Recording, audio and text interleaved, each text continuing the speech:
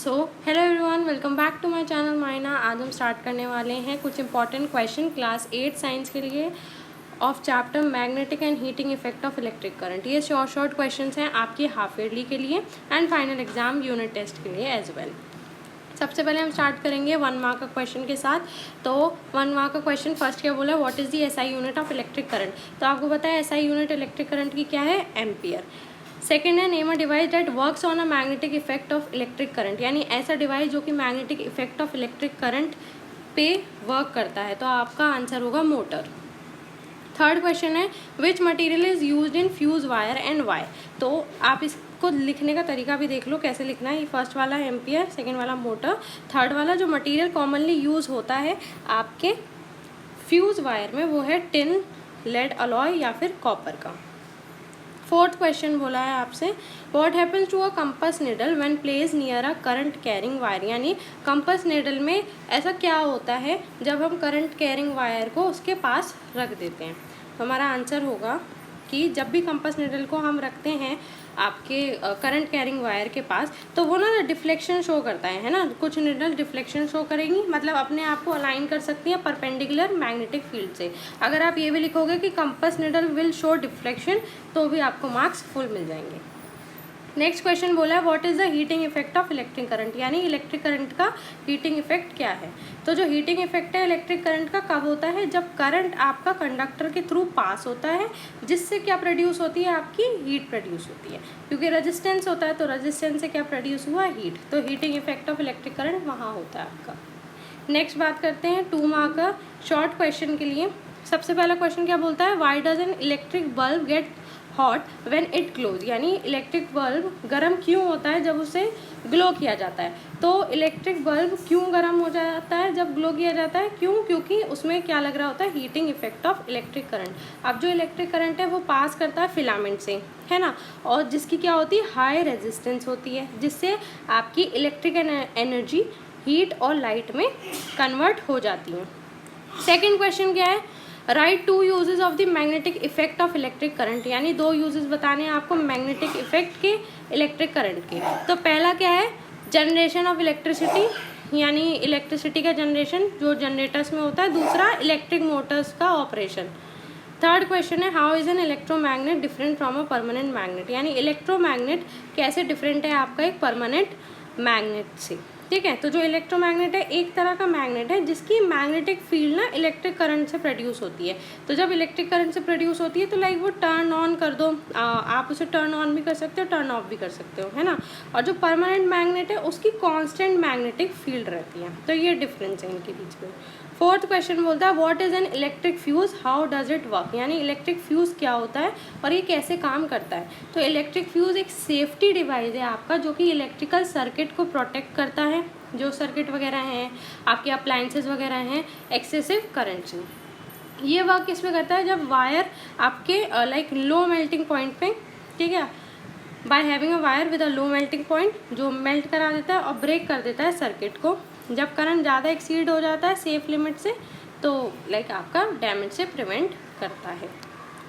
Next question देखते हैं। Next question क्या बोल रहा है, define an electromagnet give 1 use, यानी इलेक्ट्रोमैग्नेट क्या होता है। तो इलेक्ट्रोमैग्नेट एक तरह का टेम्पररी मैग्नेट होता है ना, जो कि क्रिएट होता है by passing electric current through a coil of wire, यानी देखो जो सॉफ्ट आयरन कोर है ना उसके अराउंड आपकी वायर की कॉइल होती है, तो उसके थ्रू जो इलेक्ट्रिक करंट पास होता है वो आपका टेम्पररी मैग्नेट जिसे हम इलेक्ट्रोमैग्नेट कहते हैं उस वैसे प्रोड्यूस होता है आपका इलेक्ट्रिक करंट, है ना। जो इलेक्ट्रोमैग्नेट है बनता ही ऐसे है, जब आपका सॉफ्ट आयरन कोर के अराउंड क्या करा है आपने, इलेक्ट्रिक करंट का जो core of coil of wire है ना उसके थ्रू इलेक्ट्रिक करंट पास होता है इलेक्ट्रोमैग्नेट में। ठीक है, एक यूज़ आपका है इलेक्ट्रिक बेल्स।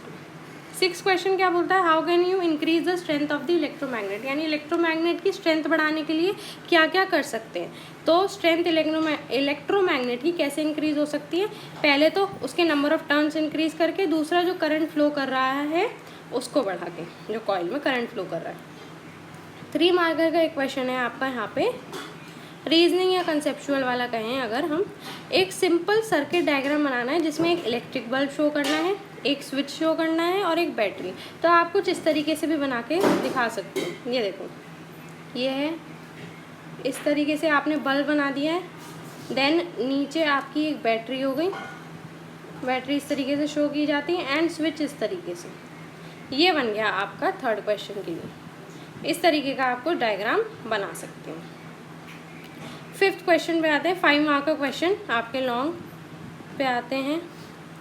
सबसे पहला क्वेश्चन क्या बोला है, एक एक्सपेरिमेंट को डिस्क्राइब करना है to show the magnetic effect of electric current using a compass and a battery. यानी एक कंपास और बैटरी के थ्रू आपको क्या दिखाना है, magnetic effect of electric current की, मतलब जो इलेक्ट्रिक करंट में मैग्नेटिक इफेक्ट कैसे लग रहा है। तो सबसे पहले क्या लेंगे, एक थिक इंसुलेटेड कॉपर वायर लेंगे और उसके दोनों के एंड्स को क्या करेंगे, बैटरी से कनेक्ट कर देंगे, है ना। एक स्विच लगा देंगे।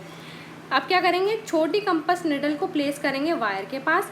जब स्विच ऑन करेंगे करंट का, है ना, जब स्विच ऑन होगा करंट जो है लाइक जो कंपास निडल है वो डिफ्लेक्शन शो करेगी, जैसे मैंने बताया था।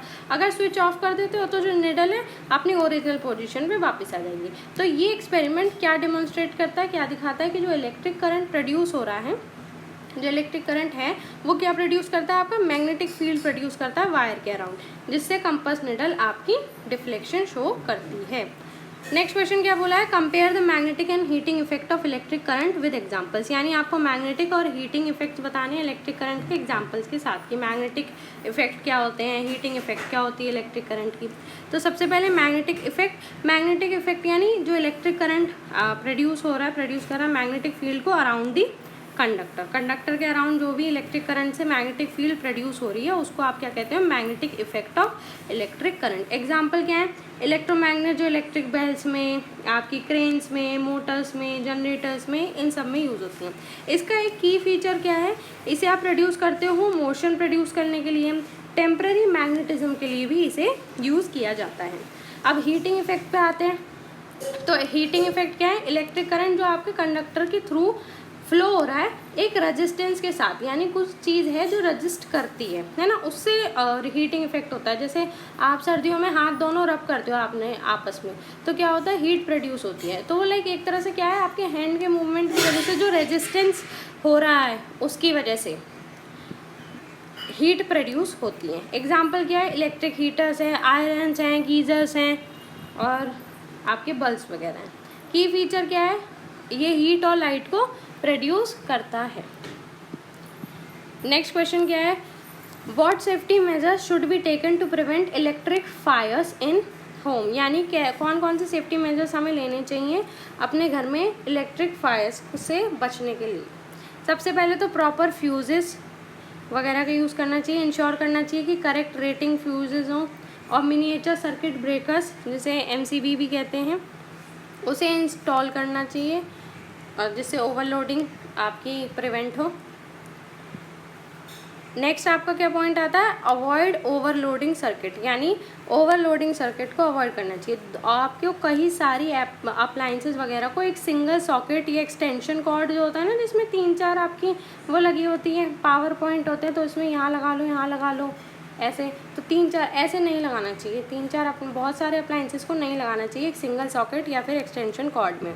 एक गुड क्वालिटी वायर और अप्लाइंसेस को यूज़ करना चाहिए, मतलब वायरिंग और अप्लाइंसेस को देखना चाहिए जो सेफ्टी स्टैंडर्ड्स को आपके इंश्योर करा रहे हो और जो डैमेज ना हो।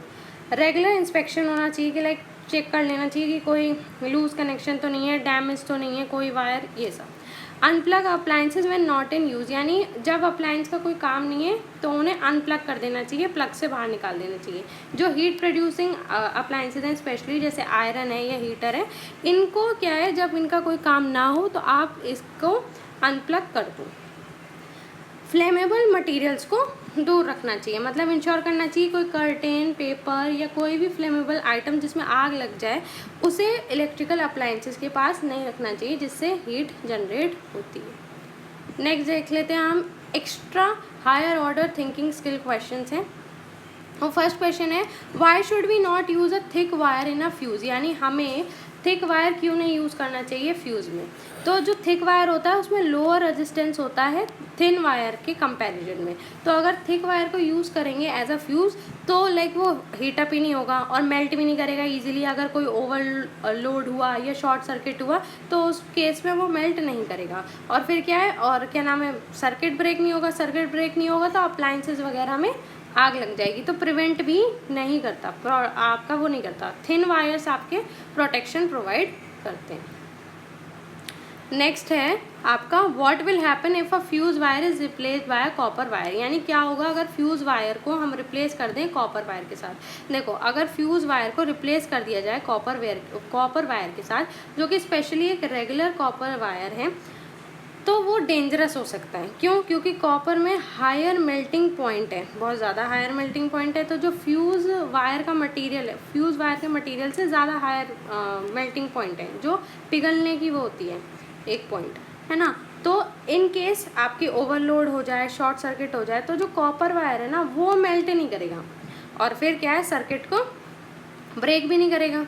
उससे क्या होगा, ओवर हीटिंग ऑफ वायर्स हो सकता है, डैमेज हो सकता है अप्लायंसेज में, और इलेक्ट्रिकल फायर भी लग सकती है।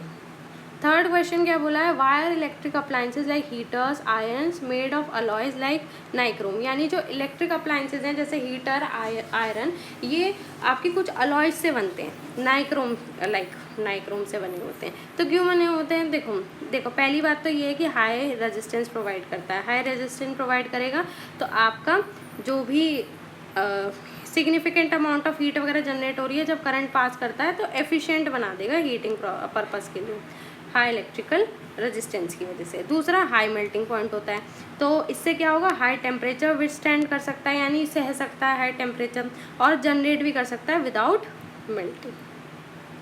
So thank you so much for watching. Subscribe to my channel and like the video.